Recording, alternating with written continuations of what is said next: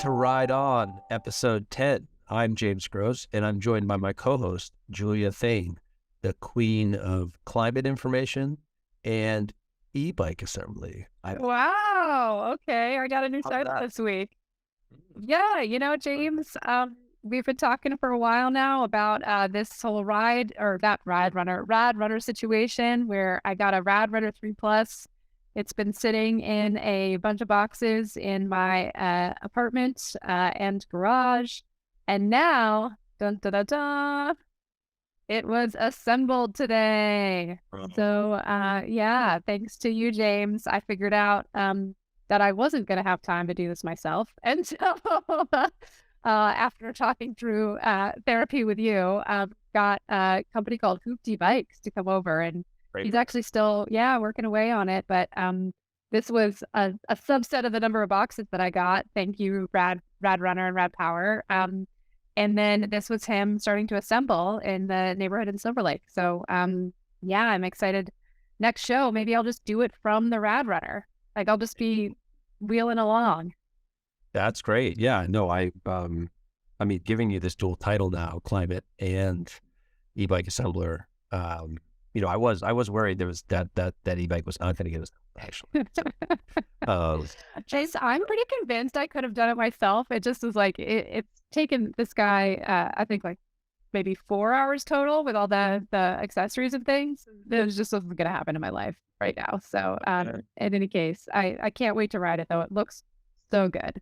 So good. Yeah, no, that's a great vehicle and the reviews have been great. So we are just going to wait to hear what you think and your first and second impressions, because that's exciting. On to some, just getting through our announcements. I know we've been spending a lot of time with housekeeping. We got to get through our housekeeping quicker, but a couple of exciting announcements. First is our winner of the Cake Relay bike, the Kid Cake bike, which again, tried something different this week, went with the Kid bike. This comes off our episode with Eric, the chief growth officer of Cake, and Servando from Metallica, which was super fun to talk to them about their success and their partnership. And so the Cake e-bike winner goes to the YouTube username and commenter MI805. So I think that's me805. We don't have your email. Hopefully you can email us. You can just email us at info@micromobility.io. And you are the winner of the Cake e-bike. Thank you for the comment. And hope you really like it. And on that note, we also have another giveaway, Julia. We do? Another giveaway? Yes, another giveaway from our friends at Lectric e-bike, who will have a guest on the show today, but it's not Lectric, so I want to do the giveaway now. I should say that. So Lectric is going to do a giveaway of their XP Lite edition. So this is one of their sort of classic bikes that they've updated. It's really great. It has both pedal assist and throttle. They have 4 amazing colors, of which I believe the winner will be able to choose from. So I'll be interested what color they choose. It's a very light bike, which of course the name might imply, at 46 pounds, fully foldable, like super compact for someone that, maybe lives in Silver Lake, like you, Julia, like what really kind of becomes pretty small. So it's great for an urban environment. And then the final thing, Julia, which again, for very topical to what we're talking about, it is delivered fully assembled. No way. I feel like this is like the start of how you think now, Julia. Like I don't remember any rides that are not fully assembled. Yeah. Am I going to have to fully assemble the Super73 electric motorcycle? I mean, better not. I probably need a degree for that. Wow, great point, right? Yeah, that will be our giveaway. You can go to ridereview.com to enter the giveaway, as well as, subscribe and leave a comment on our YouTube channel to be entered into that giveaway. So that's exciting.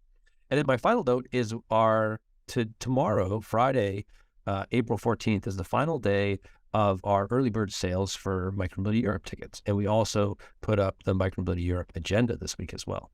So one final time tomorrow to actually get that final discount before the prices go up slightly on those tickets. So please go to micromobility.io and register there. I have to be honest, James, I was going to say I'm super excited about Micromobility Europe this year. I mean, I think what's cool about micromobility, and I'm obviously not objective in this, is that the conferences change year by year. Like, you're not always going to get the exact same thing. And I think what I get conference fatigue about is it just ends up being the same thing year over year. Like, you know exactly what it's going to be. There's never any surprises. There's no like cool rides or whatever we're going to be doing. What's the thing that we're going to be doing in Amsterdam called?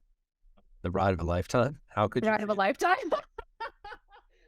I really thought we talked about that. It went multiple approval workflows, and like we're so excited, and you're gonna tell all your friends. But yeah, it's called Ride of a Lifetime. You know what else I've heard for good about this, We're right? going to edit that out. Yeah. Oops. Yeah, Julia, you're totally right. We're going from 1 to 3 stages, which is awesome. We actually just like kind of finalized our audio video. I think we're gonna have 10 videographers and photographers, and that doesn't include like all the, kind of YouTube influencers and other reviewers that will be there. That's just our core team. So you're gonna ride and it's gonna be shot, as I'd say, right? Like it's gonna be filmed and it should be fun. So yeah, there's a lot of new little surprises, Easter eggs. Yeah. Yeah. Right. And that doesn't even include Oliver's personal, photographer and videographer or his hair and makeup person. I know, like it's like, yeah. Oh, why are you following Oliver around? Oh, that's what you do for him. Okay, cool. Entourage. Good. We're going to get into one too, James, for when you grow up to be Oliver. Yeah. One day. What's up with the news, Julia? What's up? What Yeah. this week? I know. On that note, yeah, I mean, James, big things are happening in the news. First of all, we're looking at getting a complete redesign of the bike lane. This is something that you and I have talked about. We've talked about it with the audience here, that basically the bike lane no longer works when you're talking about all sorts of different micromobility vehicles. So an organization, an NGO that's based out of the US, but is representative of North American city transportation officials called NACTO, released something that updated its urban bikeway design guide. And that's what you're seeing here. So in this urban bikeway design guide, they have a bunch of different ideas around how to help transportation planners respond to the rise of e-scooters, cargo bikes, bike trailers, other small things with wheels, and to redesign the cycleways. So you see here that they've actually made the bikeable width much larger. You've got riding space, you've got passing space. They created this shy distance from the curb. Oh my gosh, not again with this. Okay, all right, fine. Then there's a tall barrier, there's curb and sidewalk, there's striped buffer and roadway. Okay, safety, James. I'm gonna, let you have the floor here and tell me what you think about this new design. Well, sorry, Julia. When we talk safety, I have to get into mode. So I'm in that mode. And, yeah, I didn't think you'd be able to see me until you pulled the slide down. Just ruined the effect there. But yeah, well, no, I want to know what you think, Julia. Is this a good idea? We're already fighting for a little bit of road space. Now we want kind of a new design guide, which clearly vehicles in the micro world are getting bigger.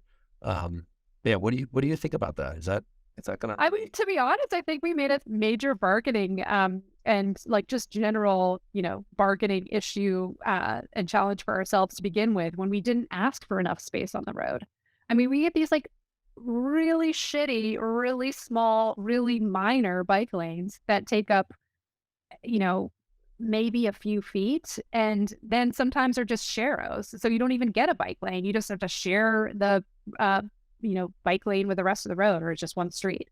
So I think this is finally, getting to what micromobility riders actually need, which is more space overall, and recognizing that micromobility riders also aren't going at the same speed. So there's some people who are going to be on just regular bikes. There's some people who are going to be on e-bikes. There's some people who are going to be in things that look like neighborhood electric vehicles. So I think it's great. As to whether it's going to be massively adopted, like, I'm just going to be optimistic. Yes. Like, I think this will be adopted in some places. I think NACTO is a fantastic organization that's done a ton to just a combination of educate folks and then equip them with the information they need to make changes to the road. So, yeah, let's hope that this is the beginning and not the end, and that at the very least, it's a better bargaining point than we had in the past, where we were arguing over like 3 feet rather than now what looks like, I don't know, I haven't done the measurements, but maybe like 8 feet. It looks like an entire lane. Yeah, I like that. Actually, I like the idea is like where do you start the negotiation, right? So maybe it's just you ask for way more space, and then you're BATNA or your like alternative negotiation is like, oh, okay, well, we'll just take a little bit more, right? And so, yeah, I do like that idea that like let's ask for way more because we didn't ask for enough in the first place, and then hopefully we can settle on something in the middle. Exactly. Yeah. And I mean, speaking of asking for way more too, I think what's kind of cool at the same time as NACTO is releasing these design guide changes, cities like Lisbon, and you see it here, are rolling out footrests for cyclists waiting at busy intersections. And it's stuff like this, like, I'm not a fan of sidewalk clutter. I don't think it's a great idea. Like, it's kind of easier, especially from an accessibility perspective. If you're in a wheelchair, if you're pushing somebody in a stroller, to not have a bunch of stuff on the street or sidewalk. But something like this, like, is actually or could be cool for cyclists to have and be helpful for them to have, and just provide another way of showing that it's a cycling friendly environment. So I don't know, James, between the lane and the footrest, which would you rather have? Oh, the lane. I think the footrest. I think it's interesting in that like it's fun, and I worry about how long that light is. And clearly, it's a little bit more of a traditional. I think as a traditional cyclist, you think more about footrests than you do as a micro electric cyclist, in my opinion. Obviously, a lot of times you have a lower center of gravity, so putting your feet down in rest is a pretty normal position. But I mean, it almost acts like as another bollard there. Like that's kind of maybe cool. Yeah. So and then I mean, clearly, hopefully, I think a lot of stuff's coming where that's more self-stabilizing. So maybe like the actual vehicles. Good point. Yeah, we don't need the infrastructure if you have the self-stabilizing technology. Yeah, so it feels a little antiquated, but I'm like, I think it's cool. It's clever, and that street was great anyway. With like we saw the bollards out, so there's like good protection there. Even without the Might not need your safety vest on that street. I mean, just identifying the things that matter, Julia.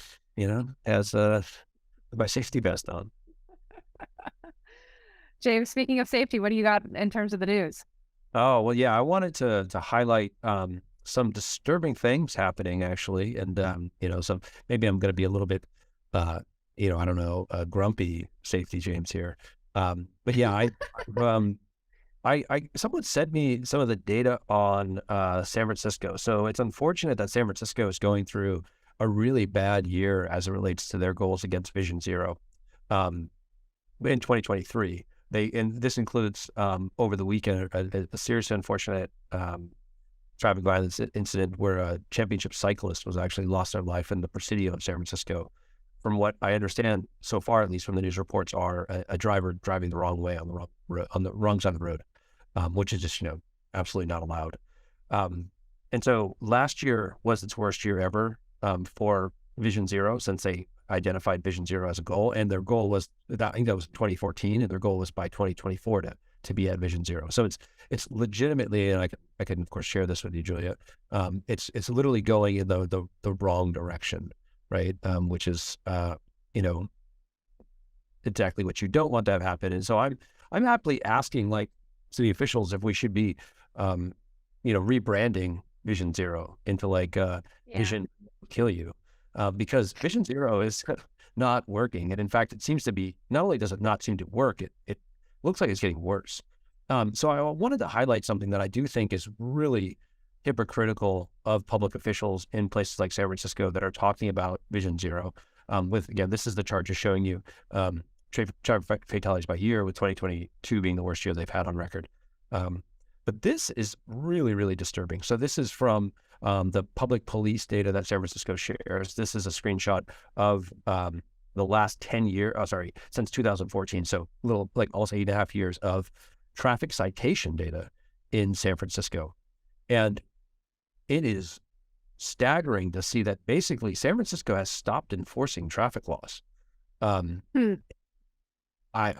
like bewildered. I'm almost speechless. Like, clearly there's a dip during COVID. Although again, we know during COVID, it was some of the most dangerous times to drive out there. So I don't know why you would reduce enforcement necessarily. But it hasn't come back at all. And this data goes until last month, literally March of 2023. And so, my open call to San Francisco, we of course host an event in at Micromobility America in the San Francisco Bay Area. This type of data would actually lead me to move the event, Julia. And like, I don't think we can honestly ask people to come from around the world ask them to participate in all sorts of micromobility rides, right? Whether that's getting to the ferry, whether that's, riding on the Bay Trail in the East Bay. If we like legitimately see that they're no longer enforcing traffic citations and violations. So I find this to be incredibly troubling. And I wanted to see what you thought about it. Yeah.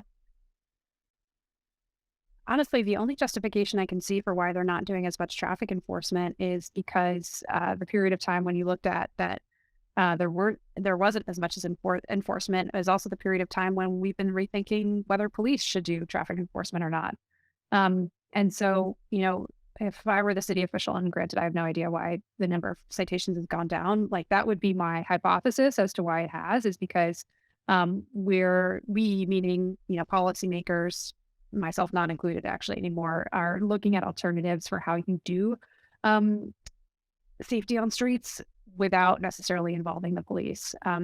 That said, though, if they had a better system, or if they had instituted another system besides using police, like if they had done some of the things we've talked about before, James, with automated license plate recognition, or with other tech that you can use in order to do citation without having maybe human bias associated with it, you would probably still see those numbers be consistent, right? So anyways, that would be my guess as to what's happening, why the number of citations has gone down. I think that's not a good reason, though, not to have like safety on streets. Like there still needs to be some mechanism by which people feel more comfortable and are more comfortable being on the streets themselves. Yeah, I agree. I mean, I don't think what you can say is like, okay, maybe we shouldn't police traffic violations anymore. In the meantime, we don't have a solution, right? Because they haven't. Yeah. And so we're just going to like let people. No, just do whatever they feel like. Yeah, that's not a good. Anecdotal data that says people they see people running red lights in San Francisco, and the argument is everyone knows they don't enforce it anymore. Like that's crazy. Like I would not advise anyone ride, cross streets, ride small vehicles if that's the case. Like you need armor around you. Like you have no idea. It could be completely random. So, I get off that point because I don't think it's positive at all necessarily. Or I can't think of anything positive to say about it. There is other issues in this world too. So Bloomberg had some great articles out this week on where there is automated detection. So in New York City, as an example, which has been fairly advanced with their adoption of technology around detection, they last year recorded that there was 22,000 drivers that collected more than 15 speed camera violations and more than 5 red light camera violations. And they just like don't know what to do, right? You have people that are like legitimately breaking the law. I mean, people are like breaking the law more than once a month and being caught for it. These tickets are adding up. And the argument now in the administration is, are we taking licenses away? Are we impounding cars? Are we moving the detection from like, no, we don't just detect. If we find you, we're going to basically impound your car. And this comes on the heels of New York having lost their 11th person in a bike collision this year so far. And this is before New York's high season. Alyssa Walker on Curbed wrote an article about this. She literally wrote the article last week. There have been 10 fatalities. She mentions where she was writing the article and the 11th happened. Wow. Right. So this is a huge problem. And one last data point I'll give you, Julia, is Chicago found that drivers with more than 10 traffic camera citations over a 7-year period were 3 times as likely to be involved in a collision, a violent moment where it actually caused injury. And then other research from Chicago shows that people with bad driving records are more likely to kill children. This is super dark stuff, but I think it merits a very real conversation of, one, you have the San Francisco model, which seems to be like, let's just not do anything and see how much chaos we can cause. New York has the model of, hey, we can tell people are breaking the law at very high levels. What do we actually do about it? And then the data saying like, people that break the law at these levels are very dangerous to society. So, do you have any? What are my ideas? How do I solve this? Yeah. I mean, oh God. So speaking of grumpy safety, James, No, I'm totally kidding. I don't want to make too light of this situation because obviously the proof are in the data and then also in the lived experience and then like the terrible fatalities that have been happening. Um, I mean, honestly, James, what that says to me is, you know, if we had better designed streets, we wouldn't have to be talking about any of these things. Like we wouldn't have to be talking necessarily about, you know, traffic being out of control or at the level that it is right now. We wouldn't have to be talking about enforcement. We wouldn't have to be talking about what happens after enforcement. And so I get to actually a different news story that there's a new transportation bill in the US that would encourage cities to use federal safety dollars to fix gaps in their bike lane networks. And, you know, I honestly think that's what we have to push for. Like we have to push for lower speed limits. You have to push for changes in the design of streets. You have to push for actually changes in the vehicles themselves. I mean, cars are not cars anymore. They're SUVs. They're heavier. They're bigger. They have higher fronts. What do you call the front of a car? Oh my God. Like they're just like taller, and so they can't actually see kids like out of the front window. Like you can't see a child sometimes. Like if you look at some of, and Alyssa Walker is a great journalist about all of these things. Like if you look at, and so is David Zipper for that matter, actually. If you look at just like the design of vehicles themselves, like they're not designed for people to be safe outside of the vehicle. They're designed for people to be safe inside the vehicle. So I think all of those things I mentioned, you know, changes in how the vehicle are designed, changes in the way that we do the street design, you know, massive changes in terms of how we do speed limits, like those are the root causes of some of the things that we're experiencing now, the symptoms that we're experiencing now. You know, they might be quote unquote harder to fix or seem harder to fix, but like it doesn't mean we can't fix them and we should fix them. Yeah, I agree. Yeah. And I think it's like, it's one of those things that I really hope everyone kind of around the table can get together because I think there's just room for improvement across. I don't think there's like any pointing fingers here. I think it's more like we have a real challenge and, we've got to solve it. But yeah. And again, just back to San Francisco really quickly, I think it's like one of those things where what I would want to see, you know, is that that people are doing more than talking. Like, I don't want to hear about Mission 0 anymore. I want to see, you know, people are not breaking the law, or if they are, they're being reprimanded for that. And, you know, your numbers are getting better. Like, it just doesn't matter otherwise. Yeah. And, you know, if I could end on a positive note around the safety area. Sure. Yeah. You know, a big shout out to, there's an awesome article in the Times of India, actually, about this gentleman named Radvendra Singh, who is aptly known as Helmet Man, who unfortunately lost his friend on a motorcycle accident in 2014. And since then has basically dedicated his life on a safety crusade, to the point where he has literally bankrupted himself, because he's giving away helmets in India.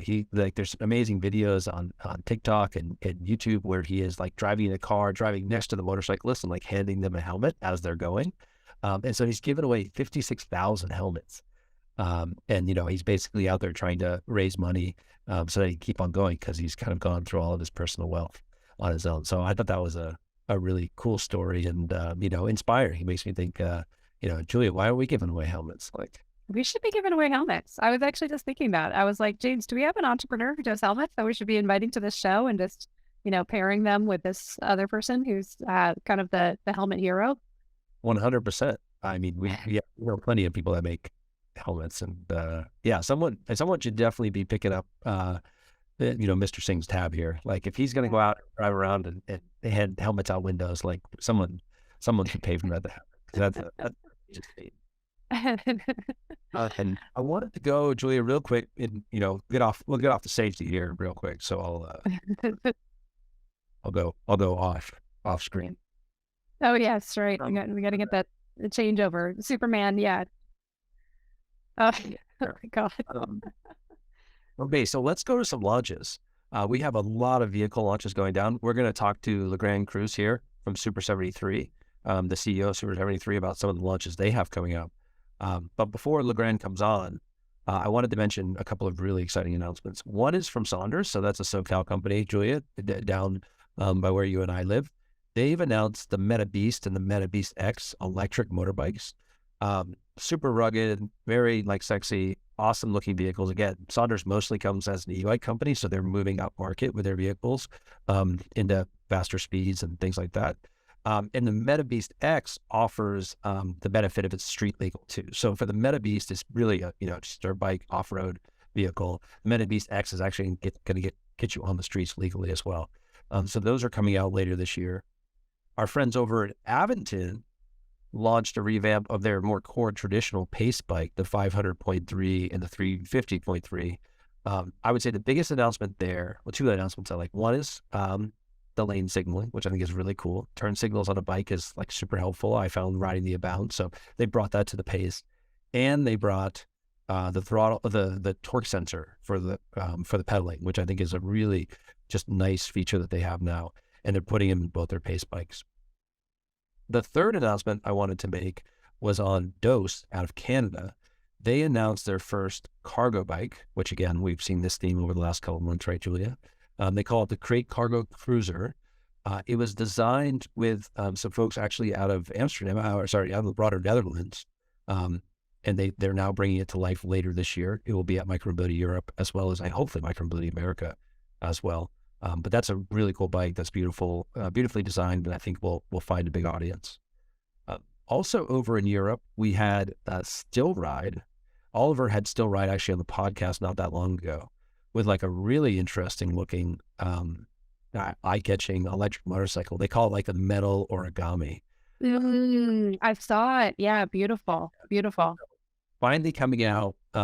That's at the 15,000 pound range. So that's a more expensive vehicle and it's supposed to ship in 2024. It'll be interesting to hear what Legrand says today about a lot of their motorbikes and the price ranges, because that's when we weren't sure on what the price would be. And now they've come out and said it's going to be 15. Now it's not shipping until 2024. A lot of things can happen between now and then, but that's an interesting price. Async launched a really interesting looking electric bike that we're excited about. They call it the A1 Pro. Got 150 miles of range. I don't know how you sit on this thing, to be honest. Anyone on it? So I'm very curious to see what they're up to and how they're actually going to come out. But they've announced it, 150 miles of range, belt drive, like as minimalist as you can get, which is why I don't know how you can sit on it. But again, What would you do instead? You'd stand on it? no, you got to sit on it. I just, You can't envision yourself sitting on it. the imagery of it makes you question how you would sit on it. And then finally, out of Paris, where we were, of course, just a couple weeks ago, Moto announced their second generation e-bike for subscription. So they've got a subscription service. They'll be out there at Micromobility Europe showing off their new vehicle. It's a really cool looking vehicle. I know we talked about swap beats quite a bit the other day. So they've announced their second gen e-bike, and I think it's going to be great. And hopefully we'll get to ride it in Amsterdam in June. So that's 1, 2, 3, 4, 5, 6 announcements. And I think I had like 9 vehicle announcements, so I couldn't get to them all.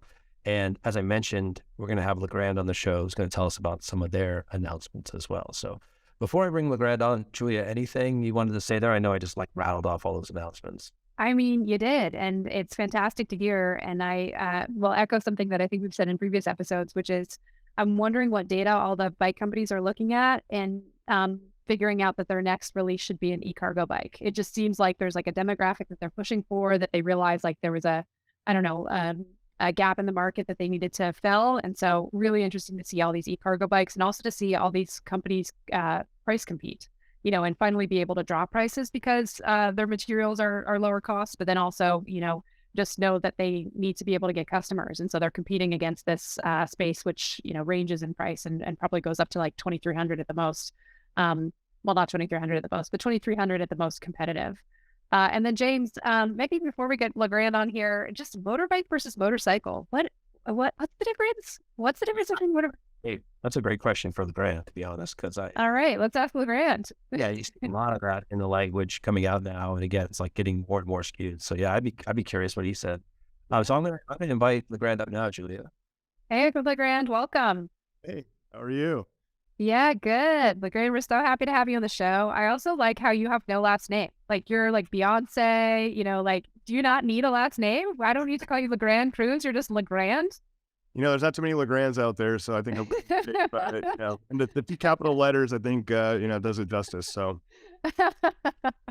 Perfect. Well, Legrand, CEO of Super73, amazing to have you on here. I know you're a friend of Micromobility and have been for many years now, but you also have so many things that are going on too. So I want to hear, first of all, about the latest refresh to the lineup. You all are doing a bunch of things with the ZSR models, improvements to the suspension, the tires, everything else. Like, just what's happening? How are you all being so productive? What are some of the latest updates? Yeah, so what we announced just recently is our new adventure series of bikes. And really what that is really in response to our customers that obviously love to use our bikes in their neighborhoods and in city environments, but also have a desire to go maybe off the beaten path as well. And so what we did is we kind of retooled our existing lineup. And so, as you mentioned, kind of all three of the core product categories or product lineups that we have. And we introduced an adventure model, which adds things like more aggressive tires for off-road use. The first time that we're putting on a US bike anyways, a multi-speed shifting capability for better hill climbing performance, as well as better brakes, better suspension. And so just overall, just a better package if you want to get off the beaten path. Yeah, and Legrand, does this change who your competitors are? Like with this new adventure series, are you now competing against different brands than you were before? It's possible.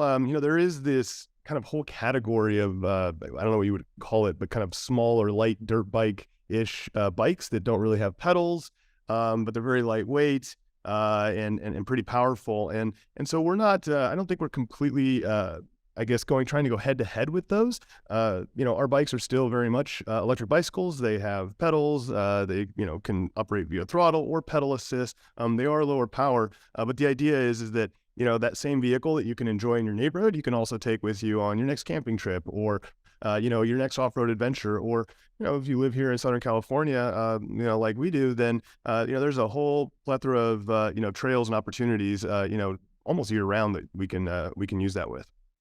Yeah, and that's also leads me to another question, Legrand, which is with this new adventure series, are you hoping that your Super73 customers are just going to get another bike, or is this like trying to get a different demographic altogether? Yeah, I mean, if people want to Yeah. about that, of course. And if you think about it, really, if you look at these adventure bikes, it really represents what a lot of our community was already doing. They were already adding, these types of things onto the bikes. And so, now we have a complete package and I think it's much more cost effective to buy one with everything on there already. But I do think that there is going to be a whole new subset of people as well, that maybe have seen the bikes around, blasting around the beach or the boardwalk or, the city centers, et cetera, that now go, oh, hang on a second, here's something for maybe, the lifestyle that I live that has a little bit more, off pavement than on pavement adventures. Yeah, and I mean, speaking of that and the lifestyle that people live, you are also launching a kid bike, the Super73. I mean, do we say K1D or do we say kid? Like, I see what you did there. It took me a second. James and I were talking about it. We were like, is it kid? Is it K1D? And then we realized the pun. So congrats, first of all, not just on the bike, but actually the pun. But yeah, it's your first e-bike designed for kids. What made you do that? Why, do you think kids parents are actually going to buy this? Yeah, well, I mean, I hope so. Weird question. Really, again, fundamentally, when we look at any new product, I mean, again, it's listening to our customers. And so what we found is that people buy Super73. Very rarely do they only buy one. Usually they'll want to buy more. They want to share the experience of being out and riding and enjoying the outdoors with the whole family. And so we've had requests for many, many years to say, that have said, hey, we want something for our children, not just our children to be able to, be on the bike with the adult, but for the child to be able to actually go ride themselves and to have that independence. And so really that's what led us to the new K1D or kid, if you want to call it that. And ultimately what we decided to do there is we decided to change the formula a little bit. So this is actually the very first bike that we've released that is not an electric bicycle. It doesn't actually have pedals. It is a electric balance bike, which seems strange. But the idea is that, today, how do youth learn how to ride in bikes. There's no more training wheels. That's not how anybody learns anymore, right? It's these balance bikes. And that's been kind of a proven method to teach, kids to be able to ride two-wheelers. And so with this platform, we allow you to use it as a balance bike to get kind of that feeling of being able to balance on two wheels. But then now we add the power as well through a throttle, which is actually very different than other throttles that we've had. And again, trying to teach from a very young age how to operate a powered two-wheeler as a natural stepping stone, of course, to our other products. Super73 for life, I guess. So you're going to start them at what, 3? Like what's the target, or what's the age for the K1D? Yeah, we say 4 to 8. That will 8. We not to say there hasn't been 3-year-olds that have maybe tried some of the prototypes, but yeah, 4 to 8 is the age range for that product. Okay. And then what do your other products start at? Well, like what age do you think people start using them? So, when they start using them and what we recommend are maybe two very different things. We typically say, 16 and up for our core e-bike line. That said, they're very popular in middle schools, especially if you spend any time here in Southern California. You will see mobs of teens rolling around on Super 73s. And so, as you can imagine, with the youth embracing our product so much, we really want to give back a product for them. And so one of the things that we mentioned is that, today there is a little bit of a gap between that 4 to 8 and that 16 and up. I know, you got 8 years you got to cover. Yeah. So stay tuned on that. Oh, really? Okay. Interesting. Legrand, you know that we always try to get founders and CEOs to give us scoops on things. So does that mean that you're coming out with another adventure bike, another bike? Well, I mean, again, that's just a natural gap in our product. It just makes sense if it was filled one day, I guess. Is the same PR person like prepping all of you? Because nobody answers any of these scoop questions. It's really infuriating. James and I try every single tactic, and you all are like all professional, whatever. And it's just really, really annoying. So, at some point, whoever the PR person is, we're going to get you on the line and start grilling you about how you're prepping all these founders. They train us well. They train you well. Yeah. Okay. So I'm going to ask one more question, and James, see if you have any other questions for Legrand. But Legrand, I was there, but James was there. James got to see the C1X in person in Paris, and it looked awesome. In any case, like, I would love to hear more from you. Timing, price, specs. Do you already own one of these? Like, is this the first one going to be yours? Is this your vision and dream, or like, tell us more. Give us a scoop on this, at least. Yeah. So no, I hope to own number one. We'll see. Really the whole motorcycle project is something that we've been talking about for years internally. And really it, I think, signifies my own personal journey and that of others here in the company and others really in our community, and how we even got into motorcycling, which was a natural progression. We started with an e-bike, and you get a little more powerful e-bike, and next thing you know, it's not that big of a step to get into a smaller motorcycle and learning how to operate that. And so we clearly just saw a gap in the market. There really isn't that step up product from kind of a e-bike like we make to something that is actually road legal. And so that's really what we're trying to tackle here. And myself being a motorcycle rider now for about 5 years, and during that entire time I've owned many electric motorcycles from almost all the manufacturers that make them. And that experience, I think, has really lent itself into this product and fixing the issues that I've seen with the existing products in the market. So we're really excited about C1X. It's a big project, as you can imagine, quite a big step up from typical e-bikes. And one of the things that's most exciting about what we're doing, and what we did talk about here recently, is the fact that we're also introducing now some game-changing technology, some stuff that we've been working on for a very long time here internally. And so for the first time, we're able to kind of share some of that.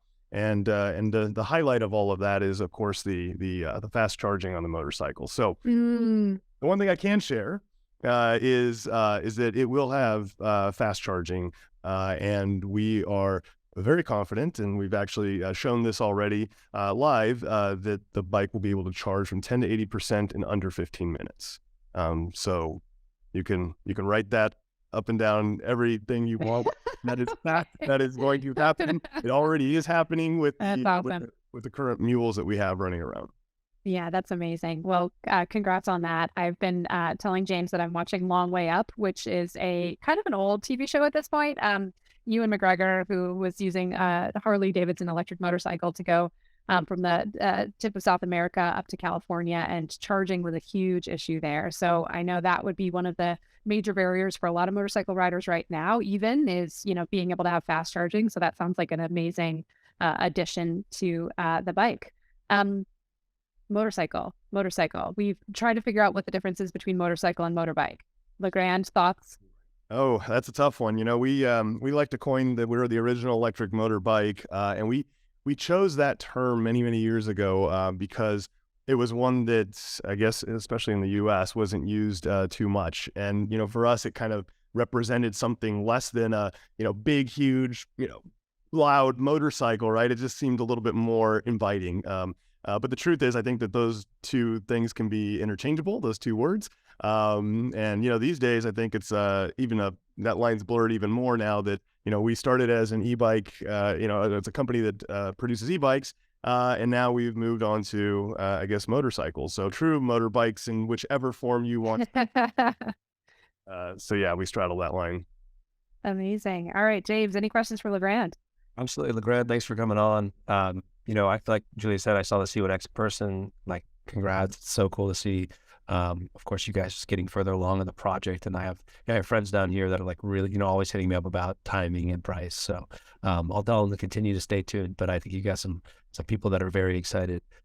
Just listening to you talk, it was also really awesome to hear a little bit about that strategy, Legrand, how you think about sort of the life cycle of your customers, right? So the K1D sort of filling in on this area where, of course, you don't play today, and I think that's really great, and I think it's really great for even, I'm a parent, and we'll add in some of the B-roll of me riding around the K1D in your headquarters, because it was really funny, but as a parent riding that thing.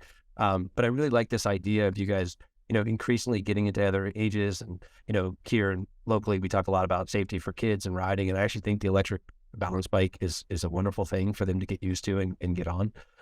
So I think that's really cool, and of course, excited to see how you might fill in some of those other gaps. From an age range perspective, because I think all these kids want to ride, and all these kids want to ride electric, and I think it's really underserved. I don't think it's served well enough. That leads me to my question, which is actually, we had Cake on last week with Italika, and they announced their partnership in Mexico, doing up to 50,000 units out of what will be their Mexico manufacturing plant with Italika. I'm just curious if you have anything you could share with us around how you're thinking about distribution maybe differently. I know you're in a lot of places. You do a lot of amazing like co-branded partnerships and stuff, but I'd just be curious on maybe a bit more of a broader sense, how you're thinking about distribution, especially now that you've got a motorcycle in the lineup, now you have a kid bike in the lineup. Are you thinking about it any differently? If so, what would that be? Yeah. So if you look at our existing product line, I guess for the last several years that we've had, those products were primarily designed for really the U.S. market, right? We kind of took, what's here in the backyard, what is our environment, and creating, something for that. These days, with both I guess what you see, the K1D is the newest product, but really truly with the C1X motorcycle and kind of everything that's going to come beyond that, we're really truly looking at these products now as global products. And, that's really been, I guess, a lot of lessons learned over the years. We've, currently right now you can buy Super73s, I think, in about 25 countries. And I think, they're, we've tracked at some point they're in about 50 plus countries.